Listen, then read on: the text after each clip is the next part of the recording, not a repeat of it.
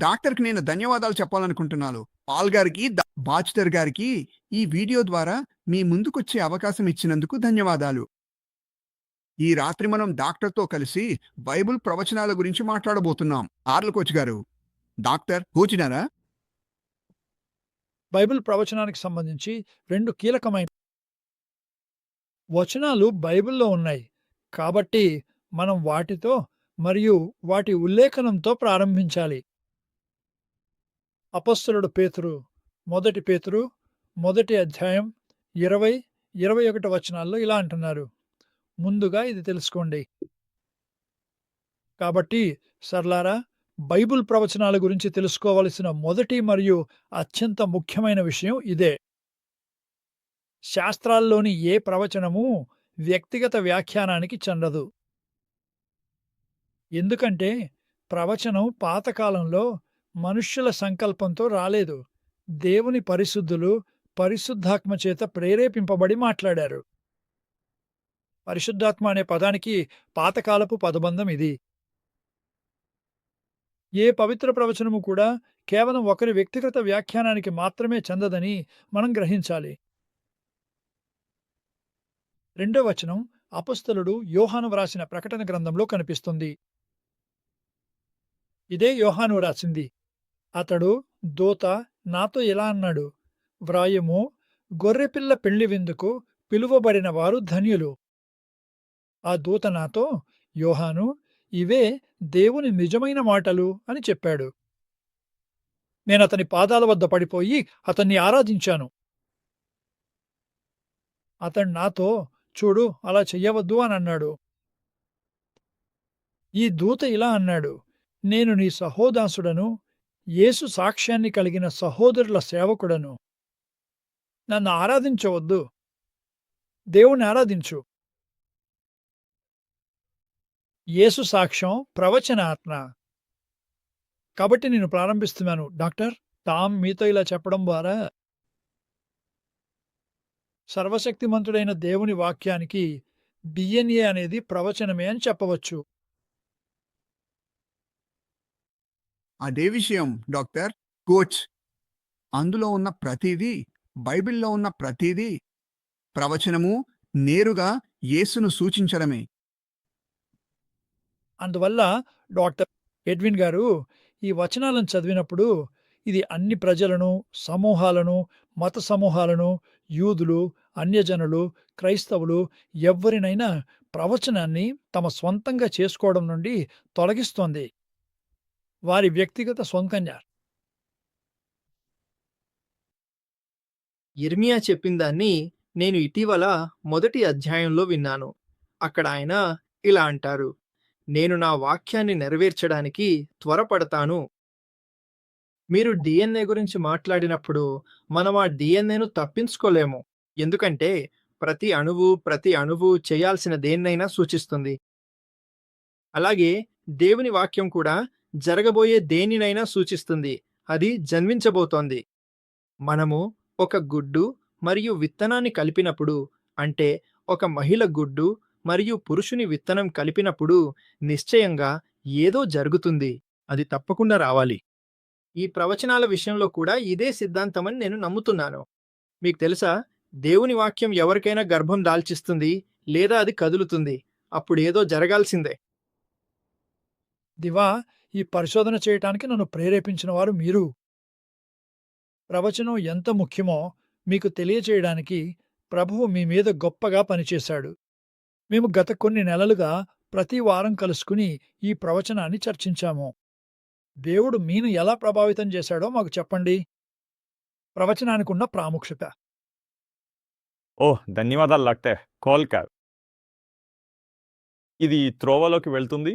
అక్కడ మోషే నా నమ్మకానికి డ్యూటెరానమీ 16వ అధ్యాయంలో ఆయన ఇలా అంటారు, మీరు మీ హృదయంలో ప్రభువు మాట్లాడని దేవుని వాక్యాన్ని మనం ఎలా తెలుసుకోవాలో అనుకుంటే, ప్రవక్త దేవుని యెహోవా పేరుతో మాట్లాడినప్పుడు ఆ మాట నెరవేరకపోతే లేదా నిజం కాకపోతే ఆ మాట దేవుడు మాట్లాడనిది కాదు.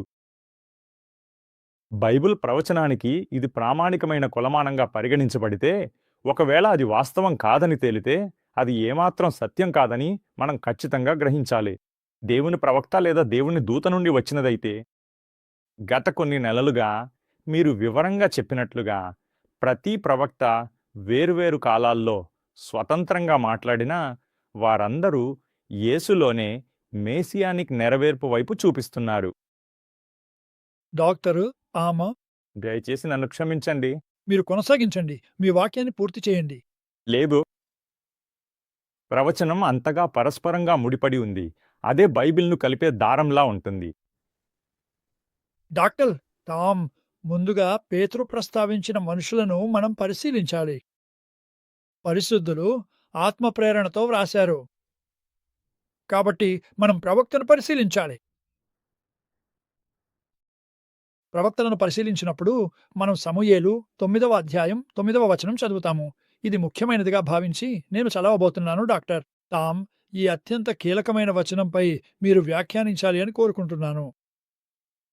ఇజ్రాయెల్ దేశంలో పూర్వకాలంలో ఒక వ్యక్తి తన మనసులోని సందేహాలను దేవుణ్ణి అడగటానికి వెళ్ళినప్పుడు అందరితో ఈ విధంగా పలికేవాడు: రండి, మనం దైవ దర్శనం కలిగించే ఆ జ్ఞాని వద్దకు వెళ్దాం.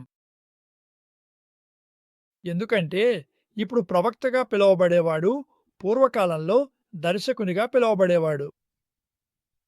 అందువల్ల డాక్టరు టామ్ ఆధ్యాత్మిక లోకాన్ని చూడగలిగే సామర్థ్యం, దాన్ని సహజ లోకంలో వివరించగలిగేంతగా అర్థం చేసుకోవడం, ఇదే ఈ ప్రవక్తలందరి లక్ష్యం. ఖచ్చితంగా అదే దర్శకునిగా ఉండటం. వారు కేవలం ఆధ్యాత్మిక లోకాన్ని మాత్రమే చూడలేదు. నా అభిప్రాయం ప్రకారం వారు వాక్యము ద్వారా చెప్పదలిచిన ఆధ్యాత్మిక లోకాన్ని కూడా చూడటానికి ప్రయత్నించారు. అంతా పూర్తిగా కలిపి చెప్పటానికి. ఏం చెప్పబడింది, ఇప్పుడు ఏమి చెప్పబడుతోంది, భవిష్యత్తులో ఏమి జరుగుతుంది. కాబట్టి మీరు దర్శకునిగా, ప్రవక్తగా మీ ముందున్న దాన్ని చూడటం, వివరించగలగడం. డాక్టరు ఎడ్విన్ గారు, మీరు పేతురు వచనానికి పవిత్రాత్మ అనే పదం జోడించబడినప్పుడు వినగానే నేను చూస్తున్నది మనం పవిత్రాత్మ యొక్క లోకాన్ని చూడగలగడం. ఇది అద్భుతం. మనం చూస్తున్నది కేవలం డాక్టర్ మాత్రమే కాదు. టామ్ చెప్పినట్లుగా కేవలం ఆత్మలోనే కాదు, శరీరంలో కూడా అని నేను నమ్ముతున్నాను. ఈ ప్రవక్తలు కూడా చేసింది వారు మనకు సహజమైన దాన్ని, అంటే ఆత్మలో జరగబోయేదాన్ని, ఆత్మలో జరగబోయే విషయాన్ని సహజంగా వెల్లడించడం. కాబట్టి నేను చూస్తున్నాను, దర్శకులు ఇశ్రాయేలు రాజ్యంలో జరుగుతున్న పరిస్థితులను చూపించగలుగుతున్నారు, జరగబోయే విషయాన్ని వెల్లడించడానికి ఆత్మలో.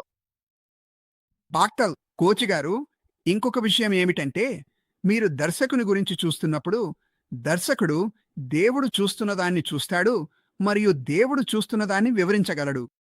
డాక్టరు థామస్ గారు, ఇదే విషయాన్ని దేవుడు అబ్రహాముకు చెప్పాడు, ఇసాకును చంపవద్దు అని చెప్పినప్పుడు. ప్రభు అతనితో, ఇప్పుడు మేము నీకు దేవుని భయపడుతున్నామని తెలుసుకున్నాము అని చెప్పాడు. ఇక్కడ భయపడటం అనే పదం చూడటం అనే అర్థాన్ని కూడా ఇస్తుంది. కాబట్టి మీరిప్పుడే చెప్పిన విషయాన్ని బట్టి దేవుడు అతన్ని ఆపాడు. అతన్ని చంపవద్దు. ఇప్పుడు నువ్వు మేం చూస్తున్న దాన్ని చూస్తున్నావు. కాబట్టి యిర్మీయా సేవకు పిలువబడినప్పుడు దేవుడు అతన్ని అడిగాడు, యిర్మీయా, నువ్వేమి చూస్తున్నావు అని. అతను ఆమోసును పిలిచాడు. ఆమోసు, నీవేం చూస్తున్నావు? మనం మాట్లాడుతున్న దానికి అత్యంత స్పష్టమైన ఉదాహరణ ఇది, మరియు నాకు ఆశ ఉంది. దివా, మీరిందులో చేరవచ్చు. ఇది ఇద్దరు దర్శకుల కథ. వారిలో ఒకరు గురువు ఎలీయా, మరొకరు శిష్యుడు ఎలీషా. ఎలీషా తన గురువుతో కలిసి ఉండేవాడు. తన గురువు యొర్దాను నది దాటి పరలోకానికి వెళ్ళిపోతాడని, మరణిస్తాడని అతనికి తెలుసు. అతన్ని వేడుకున్నాడు, గురువా, నాకు ద్విగుణ ఫలాన్ని ఇవ్వండి అని అన్నాడు. దివా, అతను అడిగింది సాంస్కృతికంగా ఏమిటంటే, నన్ను మీ పెద్ద కుమారుడిలా చూడండి, నాకు ద్విగుణ ఫలాన్ని కొంది. మరియు నిజంగానే మనం తెలుసుకుంటాము, ఎలియా 9 అద్భుతాలు చేశాడు, ఎలీషా 18 చేశాడు. వినండి, వాటిలో 17 అతను బతికుండగా, ఒకటి మరణించిన తర్వాత. అతని ఎముకలు సమాధిలో ఉండగా ఒక మనిషిని అతని ఎముకలపై పడేశారు. అతను తిరిగి జీవించిపోయాడు. అందువల్ల అతనికి నిజంగా ద్విగుణ ఫలం లభించింది. కాని ఇక్కడ ఎలియా తన శిష్యుడైన ఎలీషాకు ఏమన్నాడో చూడండి. నీవు ఆధ్యాత్మిక లోకాన్ని చూడగలగాలి. నేను నీకు అది సహజంగా ఇవ్వడేరు. అది నీకివ్వగలిగేది దేవుడే. కాబట్టి నేనీ భూమిని విడిచిపోతున్నప్పుడు నన్ను చూడగలిగితే, అర్థం చేసుకోగలిగితే దేవుడు నీకు ద్విగుణ ఫలాన్నిస్తాడు. ఆ కథలో తుఫాను వచ్చి ఎలియాను తీసుకెళ్ళింది. ఎలీషా అతని వెళ్ళిపోతున్నట్లు చూసి ఈ లోకపు పదజాలంలో వివరించాడు. అతనన్నాడు, అబ్బీ అబ్బే, నా తండ్రి, నా తండ్రి! మొదటి పుట్టిన వారి హోదా సాధించబడింది. అతను అన్నాడు, రెహెవ్ ఇశ్రాయేల్, నీవు దేవుని వాక్యపు అగ్నిని మోసుకెళ్లే రథవాహకుడివి. ఆమెన్. ఒక విషయం నేను చేర్చాలనుకుంటున్నాను డాక్టర్ కుక్ గారు. ఇది పరిపూర్ణ ఉదాహరణ. ఎలియా మరియు ఎలీషా. ప్రవచనం అనేక సార్లు అద్భుతాలతో కూడి వస్తుంది. ఈ సందర్భంలో ఎలియా మరియు ఎలీషా అద్భుతాలు చేసినట్లే మలాకి చెబుతున్నాడు, ఇదిగో ప్రభువు యొక్క గొప్ప మరియు భయంకరమైన దినానికి ముందు నేను మీకు ప్రవక్త ఎలియాను పంపిస్తాను. మరియు మన రక్షకుడు యేసుక్రీస్తు ఎలీషా చేసినట్లే అద్భుతాలు చేశాడు. ఆహారాన్ని పెంచడం, మృతులను లేపడం, కుష్ఠరోగిని స్వస్థపరచడం. అక్కడ చాలా సంబంధాలు కనిపిస్తున్నాయి. ఈ అద్భుతాలను యూదులు నేస్ నసీత్ అని పిలుస్తారు. ఆయన పేరు యెహోవా నేస్. వారొక సూచన కోసం ఎదురుచూస్తారు. వారు మీరిప్పుడే అద్భుతమని పిలిచిన దాన్ని వారు సూచనగా పిలుస్తారు. జెంటైల్స్ వాటిని అద్భుతాలు అంటారు. కాని ప్రభువు వాటిని సూచనలుగా ఇస్తాడు. నాకా సూచనలు నచ్చుతాయి. డాక్టర్ టామ్, మీరు దీని గురించి మాట్లాడాలనుకోవచ్చు. మీ స్వస్థలమైన వర్జీనియాలోని రహదారులపై ఉన్న సూచనలు మీరు కోరుకున్న ప్రదేశానికి తీసుకెళ్తాయి. నేను చెప్పింది సరైందా? మీరు చెప్పింది సరేదే. అవి మీ ప్రయాణాన్ని మార్గనిర్దేశం చేస్తాయి. ఒక్కొక్క అడుగు చొప్పున. మళ్ళీ విద్యార్థి మరియు గురువు మధ్య మాట్లాడిన ద్విగుణ పోషన్ గురించి పంచుకున్న దాన్ని నాకు నచ్చింది. ద్విగుణ పోషన్ అంటే సాంస్కృతికంగా నేను ఎప్పుడూ అర్థం చేసుకున్నది ఇదే. దాన్ని పొందినవాడు అవసరమైన వారికి ఆ నిధులను కేటాయించగలగాలి. అందువల్ల నేను ద్విగుణ పోషన్ పొందితే నిజానికి నేను కుటుంబాన్ని లేదా మిగిలిన వారిని ఆదుకునే వ్యక్తిని అవుతాను. అందువల్ల ఏదైనా కష్టం వస్తే వారిని నిలబెట్టడానికి నేనక్కడుంటాను. నేను దేవుని విషయాల్లో కూడా ఇదే చూస్తాను. అక్కడ దేవుడు ఆ దర్శనికుడికి ద్విగుణ పోషన్ ఇస్తాడు. మిగిలిన ప్రజల అవసరాలను నిలబెట్టడానికి. ఏదైనా అవసరం ఉన్నా, ఆధ్యాత్మికంగా అయినా లేదా కనిపించడానికైనా ఆ దర్శనికుడు ద్విగుణ పోషన్ పొందుతాడు. ఎలీషా కథలో ఎలియాలాగా తన ప్రజల ప్రయోజనార్థం ద్విగుణ పోషన్ పొందినట్టు. డాక్టర్ టామ్, మనం ఎలీషా, ఎలియాను అగ్నిరథంగా చూస్తున్నట్టు మాట్లాడుకుంటున్నాం. నేను నిన్ను యిర్మీయా గ్రంథం 5వ అధ్యాయం 14వ వచనం చదవమని కోరబోతున్నాను. ఇక్కడ ఒక దర్శనికుడు ఉన్నాడు. ఇక్కడ దర్శనికుడు యిర్మీయా ఉన్నాడు. దేవుడు నిజంగా అతనితో, నేను నా మాటలను నీ నోటిలో పెట్టాను అని అన్నాడు. మరియు యిర్మీయా దర్శనికుడు దేవుని వాక్యాన్ని ఏమని పిలిచాడో మనం తెలుసుకోవాలనుకుంటున్నాం. ఎందుకంటే ఎలీషా అన్నాడు, అతను దేవుని అగ్నిని మోసుకెళ్లే రథంగా ఆయనను పిలుస్తున్నాడు. డాక్టర్ డాడ్, యిర్మీయా 5:4లో దేవుని వాక్యాన్ని గురించి ఏం చెప్పబడింది? యిర్మీయా 5:14. అందుచేత సైన్యములకు అధిపతి అయిన యెహోవా ఇలా అంటున్నాడు, మీరు ఈ మాటను పలికినందున, ఇదిగో నేను నా మాటలను నీ నోటిలో అగ్నిగా ఈ ప్రజలను వడగా చెయ్యుదును, అది వారిని భక్షించును. ఆమేన్.